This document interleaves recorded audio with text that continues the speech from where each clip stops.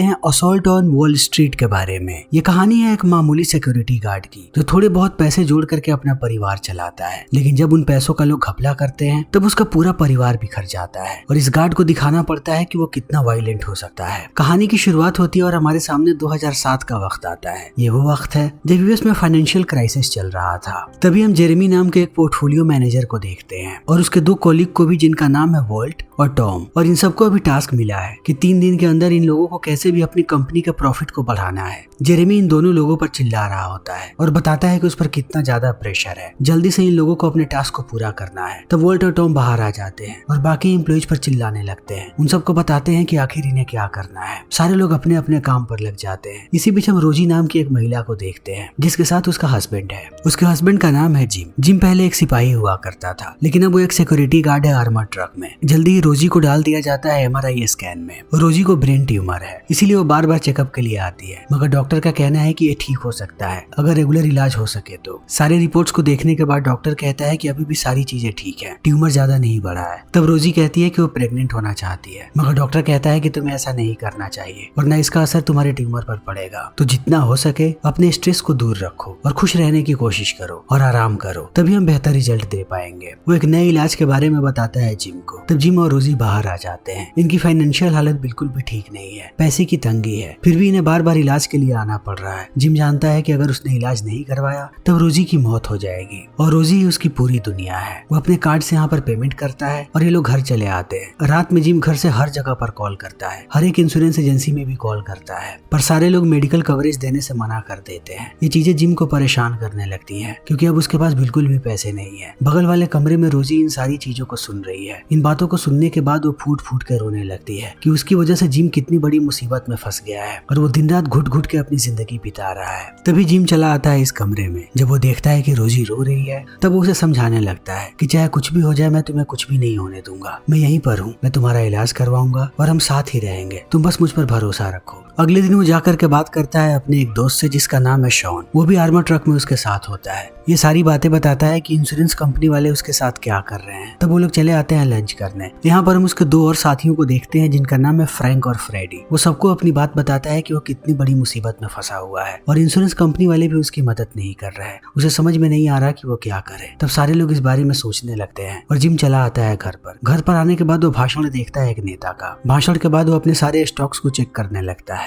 सारे के सारे स्टॉक्स बहुत ही ज्यादा नीचे जा चुके हैं। तभी यहाँ पर रोजी आ जाती है और जिम को कहती है कि बहुत रात हो चुकी है, तुम्हें अब आकर के सो जाना चाहिए, आकर के सो जाओ वरना तुम्हारी तबीयत खराब हो जाएगी। तब जिम भी उठ के खड़ा हो जाता है। वो सारे इंजेक्शन और सारे बिल्स को इकट्ठा करता है। तब उसे एहसास होता है कि फिर से बिल बढ़ चुका है और ये सारे पैसे उसे चुकाने पड़ेंगे। ये चीजें उसे अंदर से खाने लगती हैं। उसे समझ में नहीं आता कि वो क्या करे। तब वो जाकर के मिलता है अपने ब्रोकर से और बताता है कि तुमने मुझे पहले क्यों नहीं बताया कि सारे स्टॉक्स नीचे जाने वाले हैं। मैं पहले उन्हें बेच देता तो आज मैं इतने घाटे में नहीं होता। ब्रोकर कहता है कि मैं भी घाटे में हूँ और बाकी सारे क्लाइंट्स भी, हम इसका कुछ भी नहीं कर सकते। तभी हम जेरेमी को देखते हैं। वो भी परेशान बैठा है। इतनी कोशिश करने के बाद भी उसकी कंपनी अभी भी घाटे में जा रही है और उसके सारे सीनियर्स ने बहुत ही ज्यादा प्रेशर बना करके रखा है उस पर। उसे समझ में नहीं आ रहा कि वो क्या करे। इसी बीच जिम चला आता है रात में अपने घर पर। तब रोजी कहती है कि बैंक से एक लेटर आया हुआ है। रोजी समझ जाती है कि कोई बड़ी दिक्कत होने वाली है। जिम उसे समझाने लगता है कि कुछ भी नहीं होगा, मैं सारी चीजों को ठीक कर दूंगा, तुम बस जाकर के आराम करो। तब वो अंदर आराम करने चली जाती है और जिम लेटर को पढ़ता है। लेटर को पढ़ने के बाद उसे पता लगता है कि ये बैंक से नोटिस आया है, यानी कि उसके स्टॉक्स में दिक्कत चल रही है। वो तुरंत कॉल करता है रॉबर्ट को। तब रॉबर्ट भी उसे पूरी बात समझाता है कि तुम्हारे सारे स्टॉक्स नीचे जा रहे हैं और वो सारा बैंक का पैसा है, मैं उसमें कुछ भी नहीं कर सकता। तो जितना भी लॉस हुआ है तुम्हें वो सारा का सारा पैसा भरना पड़ेगा वरना बैंक तुम्हारे ऊपर केस करेगा। तुम्हारे पास बहुत ही कम समय बचा है सारे पैसों को लौटाने के लिए। जितनी जल्दी हो सके इन सारी चीजों को समेटो वरना कुछ भी नहीं बचेगा तुम्हारे पास। इतना कहने के बाद वो फोन काट देता है। अब जिम बहुत ही ज्यादा परेशान है। उसे समझ में नहीं आ रहा कि वो क्या करे। तब वो कॉल करता है अपने दोस्त शॉन को और उससे मदद मांगता है। शॉन कहता है कि वो कल बताएगा।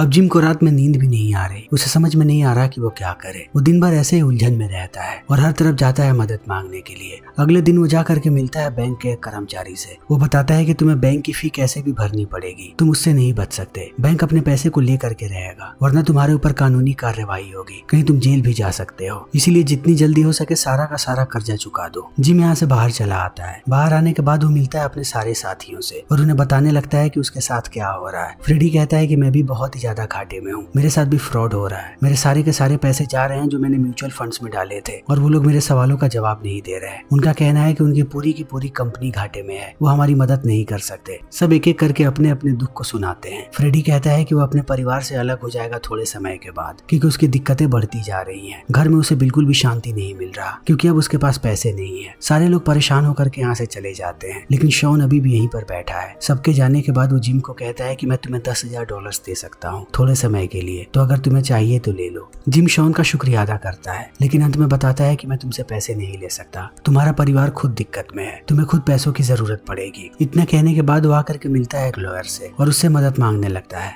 तब लॉयर कहता है कि तुम्हें अपने घर को गिरवी रख देना चाहिए। मैंने खुद स्टॉक मार्केट के लिए अपने घर को गिरवी रखा था और अब मैं उसे छुड़ा नहीं पा रहा हूँ, लेकिन तुम्हें बैंक से बात करनी चाहिए। लेकिन जिम इस काम को भी नहीं कर सकता, क्योंकि उसका घर पहले से मॉर्गेज हो रखा है। अब सारे के सारे दरवाजे बंद हो चुके हैं जिम के लिए। उसे समझ में नहीं आ रहा कि वो क्या करे, कहाँ जाए और किससे मदद मांगे। उसकी पत्नी बीमार है, अगर उसका इलाज नहीं करवाया गया तो वो मर जाएगी। जिम सीधा वापस आता है हॉस्पिटल और देखता है कि रोजी का इलाज चल रहा है। उसे फिर से लेकर के जा रहे हैं लोग स्कैन के लिए। फिर से एक लंबा चौड़ा बिल आने वाला है और उसे कैसे भी पैसे भरने पड़ेंगे वरना इलाज बीच में रुक जाएगा। अब उसे समझ में नहीं आ रहा कि वो क्या करे। उसके पास एक ही रास्ता है कि वो शॉन से जाकर के पैसे ले आए, तभी वो अपनी पत्नी का इलाज करवा पाएगा। और उसे बैंक वालों को भी पैसे देने हैं, वरना जल्दी ही उसे जेल में डाल दिया जाएगा। वो शॉन से जाकर के पैसे ले आता है, हॉस्पिटल का बिल भरता है, फिर जाता है कर्मचारी के पास और बचे हुए पैसे दे देता है। कर्मचारी पैसे लेने के बाद खुश है, फिर भी वो कहता है कि तुम्हारे पास अब कम वक्त बचा है, जितने भी बाकी के पैसे हैं वो सारे पैसे भी ला करके हमें दो। अगर तुमने पैसे नहीं भरा तब हम कानून को ज्यादा दिनों तक नहीं रोक पाएंगे।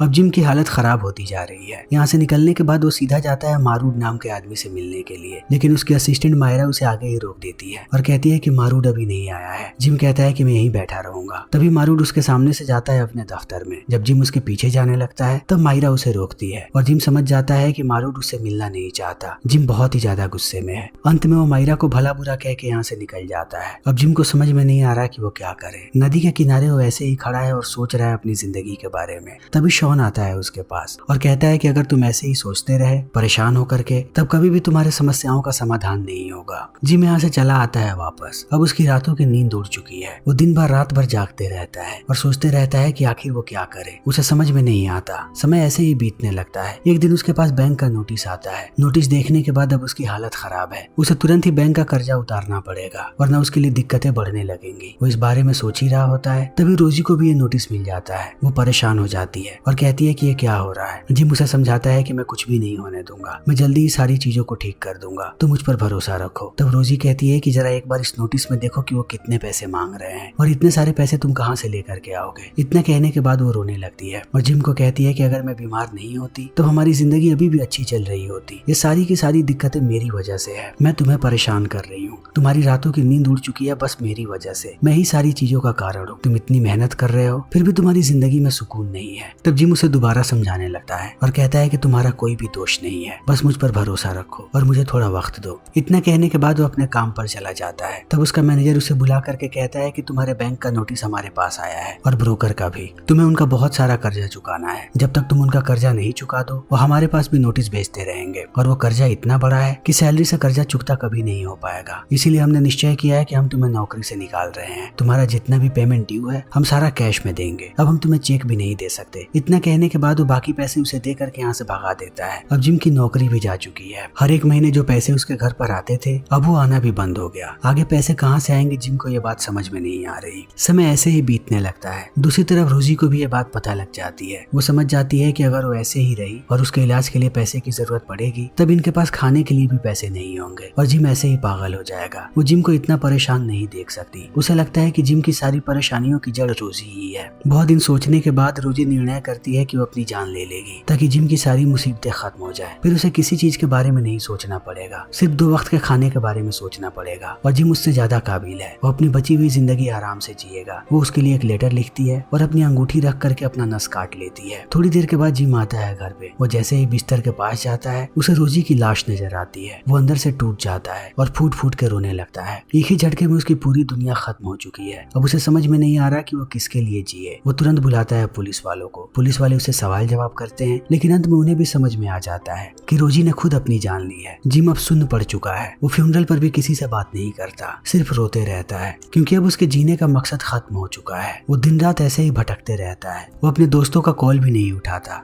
चाहे कोई भी कॉल कर दे वो किसी से भी बात नहीं करना चाहता। एक रात जब वो सड़क पर घूम रहा होता है तभी उसकी नजर पड़ती है मारूड पे, जो एक पार्टी में महंगी शराब पी रहा है। मारूड ने इन सारे लोगों के पैसे डुबा दिए और अब वो इनसे बात भी नहीं कर रहा, खुद महंगी शराब पी रहा है और जिंदगी के मजे लूट रहा है। तब वो बाहर खड़ा होकर के इंतजार करने लगता है कि जैसे ही मारूड बाहर आएगा वो उससे बात करेगा। थोड़ी देर के बाद मारूड बाहर आता है, तब जिम उससे बात करता है और कहता है कि तुम मुझसे बात क्यों नहीं करना चाहते थे। मैं कई बार तुमसे मिलने आया लेकिन तुमने कभी भी बात नहीं किया। मैंने तुम्हें बार बार कॉल किया, तुमने कॉल भी नहीं उठाया और ना ही मेरे मैसेजेस के जवाब दिए। तुम्हें पता है कि तुम्हारी वजह से मेरे साथ क्या हुआ है, मेरे सारे पैसे डूब गए। इन बातों को सुनने के बाद मारूड भी भड़क जाता है और कहता है कि सारे लोगों के पैसे डूबे हैं, मैं इसमें कुछ भी नहीं कर सकता। इनके बीच अब झड़प होने लगती है और एक वक्त के बाद जिम पीटने लगता है मारूड को। अब मारूड बहुत ही ज्यादा गुस्से में है, वो कभी भी पुलिस को बुला सकता है। वो यहाँ से जा रहा है लेकिन वो जाता उससे पहले एक टैक्सी आकर के उसे ठोक देती है। तब मारूड जख्मी होकर के नीचे गिर जाता है। जिम इन चीजों को देखने के बाद यहाँ से भाग जाता है कि कहीं ये बात उसके सर पर ना आ जाए। घर आने के बाद अब वो न्यूज देख रहा है, हर जगह यही खबर चल रही है कि बैंक वालों के साथ क्या हो रहा है और सारे लोगों के पैसे क्या हो गए।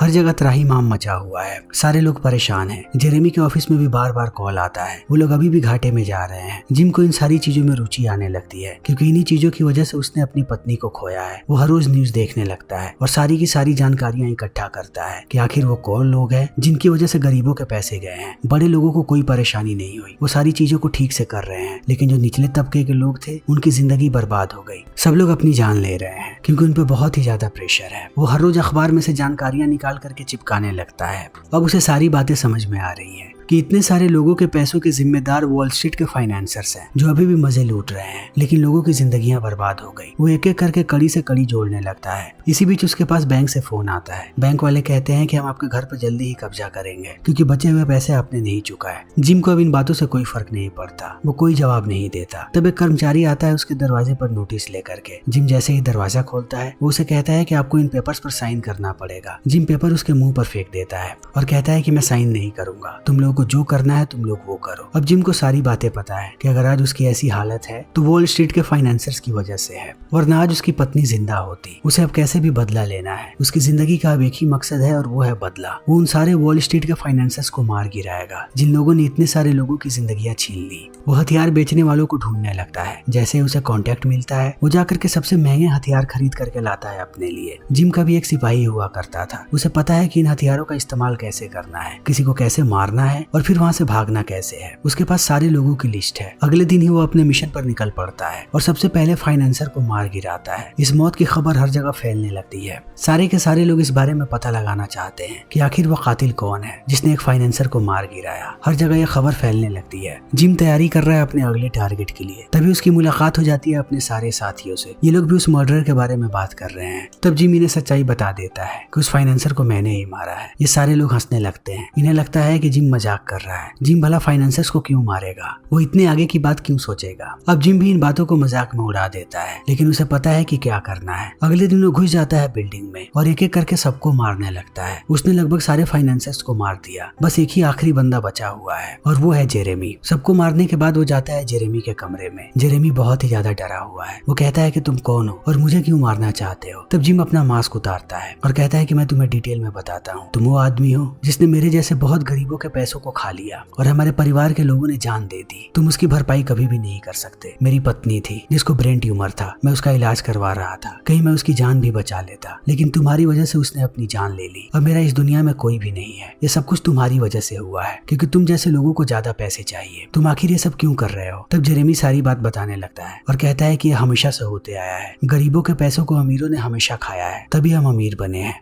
गरीब लोग लालच में सारे पैसे हमें देते हैं, इस लालच में कि वो भी एक दिन अमीर बनेंगे, लेकिन उन्हें पता नहीं है कि जब तक वो पैसे हमारे पास हैं वो कभी भी अमीर नहीं बन सकते। उन्हें सिर्फ इतने ही पैसे मिलेंगे जिससे वो अपनी जरूरत पूरी कर सके। वो पैसे हमारे काम आते हैं, हम उन्हें 2 गुना 4 गुना करके अपनी वेल्थ बढ़ाते हैं। और मैं पहला इंसान नहीं हूँ जो इस काम को कर रहा है। सदियों से ये चीजें होती आ रही हैं, तुम्हारे साथ भी यही हुआ है, बस तुम बंदूक लेकर के मेरे सामने खड़े हो। इन बातों को सुनने के बाद अब जिम भी टूट जाता है। वो अपनी पत्नी की तस्वीर को बाहर निकालता है और कहता है कि ये मेरी पत्नी है जिसने तुम्हारी वजह से जान दे दी, फिर भी मैं तुम्हें एक मौका देना चाहता हूँ। इतना इतना कहने के बाद वो बंदूक को रख देता है टेबल पर। कहता है कि मेरी जिंदगी का कोई भी मकसद नहीं है, इसीलिए हम एक गेम खेलेंगे। पहली गोली तुम चलाओगे, अगर मैं जिंदा बच गया तब मैं तुम्हें गोली मार दूंगा। इसी बीच हम देखते हैं कि स्वाट की टीम बिल्डिंग के अंदर दाखिल हो चुकी है। वो धीरे धीरे ऊपर आ रहे हैं जेरेमी के दफ्तर की तरफ। दूसरी तरफ जेरेमी बंदूक उठा लेता है और जिम के सामने ट्रिगर दबा देता है। तब उसे एहसास होता है कि बंदूक में गोली नहीं है। वो बार बार ऐसे ही ट्रिगर को दबाते रहता है। तब तक स्वाट वाले अंदर चले आते हैं। उन्हें लगता है कि जेरेमी ने सबको मारा है और अब वो इस आदमी को भी मारना चाहता है। स्वाट वाले मार गिराते हैं जेरेमी को और अंदर से बाहर लेकर के जाने लगते हैं जिम को। उन्हें लगता है कि जिम मामूली एक कस्टमर है जिसे जेरेमी मारने की कोशिश कर रहा था। स्वाट वाले उसे बाहर तक लेकर के आते हैं। कुछ और भी लोग घायल हैं, वो सारे नीचे हैं। जब हर तरफ से गोलियां चल रही थी तब ये लोग घायल हो गए। एक गोली जिम के हाथ को छू करके निकली हुई है, अभी उसी का उपचार चल रहा है। तभी एक पुलिस वाला यहाँ पर आता है जो जिम का दोस्त है। उसे जिम की बात याद आ जाती है कि उसने लंच करते समय क्या कहा था। अब वो समझ चुका है कि जिम ही ये सारी चीजें कर रहा है, लेकिन वो किसी को भी सच्चाई नहीं बताना चाहता। वो चुपके से जिम को बाहर लेकर के आता है और कहता है कि यहाँ से चले जाओ। तब जिम आने लगता है। उसने एक ही झटके में सारे करप्ट लोगों को खत्म कर दिया जिन्होंने बहुत सारी लोगों की जिंदगियां छीन ली थी। और इसी के साथ ये फिल्म यहीं पर खत्म हो जाती है। तो दोस्तों, हमारी आज की ये वीडियो यहीं पर खत्म होती है। अगर आपको हमारी ये वीडियो पसंद आई हो तो इसे लाइक करें, शेयर करें और चैनल को सब्सक्राइब करें। Thank you.